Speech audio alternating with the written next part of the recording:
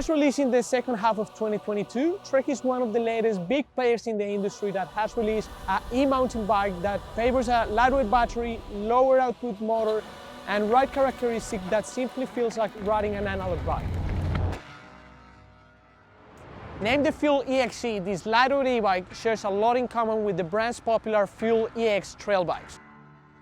In this video, we will take you through what we like, what we didn't like, and who this bike is well suited for.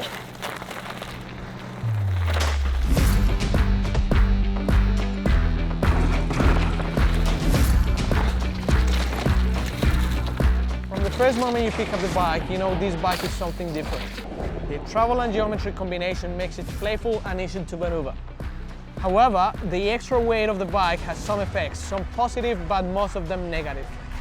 For example, on fast trails where you have approached a sharp turn, the braking needs to be more calculated so you don't overcook the corner. Also, the extra weight in tight places of the trail makes it harder to correct if you're not in a good position. On the flip side, the extra weight helps with more momentum for extra airtime, and having a slightly heavier bike makes it more stable. One of the things I like the most about the riding experience is the ease of keeping your momentum up along the whole trail.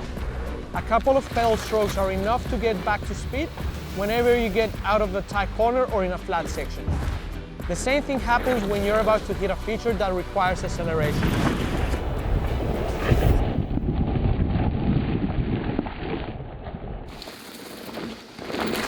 The motor on this bike is simply what makes it so interesting. It is barely noticeable when looking at the bike, but it's even more impressive when riding it. Even better, it is how much power it has. At 50 Nm, this bike can climb anything the trail throws at you. Most of the time, I found myself riding in the eco and middle mode, not only because it was enough assistance, but to save a bit of battery, get some exercise done, and stay with the other mates that weren't riding e-bikes. By doing this, I was getting around 3.5 hours of battery life, which I found was more than enough as my body energy drained faster than the battery. If I'm honest, everything on this bike is so on point that its components were really the only downside.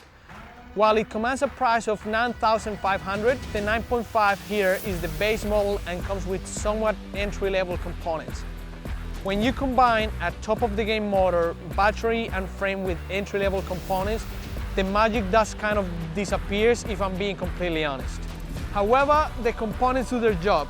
I personally didn't like the texture brakes, even though they feature a 4-piston calipers and have a decent braking power. They lack modulation and finesse of more expensive units. Same goes for the RockShox fork and frame suspension. They lack tunability, which I think it is essential when riding heavier bikes. I truly believe that you should fall in love with your bike every time you look at it.